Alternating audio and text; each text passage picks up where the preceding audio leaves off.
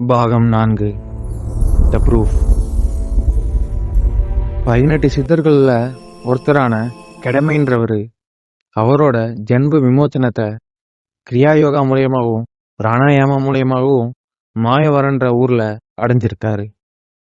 இத பத்தி அங்க விசாரிக்கும் போது பல அதிர்ச்சிகரமான தகவல்கள் வெளிவந்தது. அந்த காலத்துல சித்தர்கள் சொன்னதும் எழுதி வச்சுட்டு போனதும் இதோட ஒத்து போகுது. இத அவர் பயிற்சி பண்ணும்போது அவருடைய 3 சிஷியர்கள் உடல் ஊனமுற்றும் உடல்நல குறைபாடாலையும் பல பெயர் தெரியாத நோய்கள் தாக்கியதாகவும் அவர்களோட இளமை மறைந்ததாகவும் சொல்லப்படுது.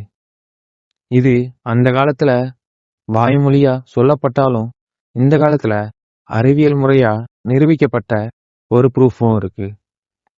சுரேஷ்குமார் அப்படின்றவரு 2010 இருந்து கிரியா யோகா பிராக்டிஸ் பண்ணிட்டு வந்திருக்காரு.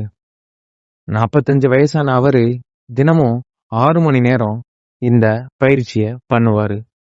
3 மாசத்துக்குள்ள அவரோட உடல் பழைய உடலை விட 200 மடங்கு அதிகமாகவும் உற்சாகமாகவும் மாறினதை அவர் கண்டுபிடிச்சிருக்காரு.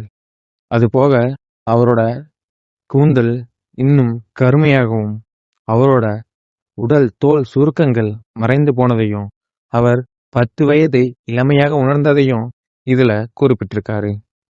ஆனா இதை அவர் பண்ணும்போது அவர் பணயம் வைத்து இழந்தது பணத்தை அல்ல,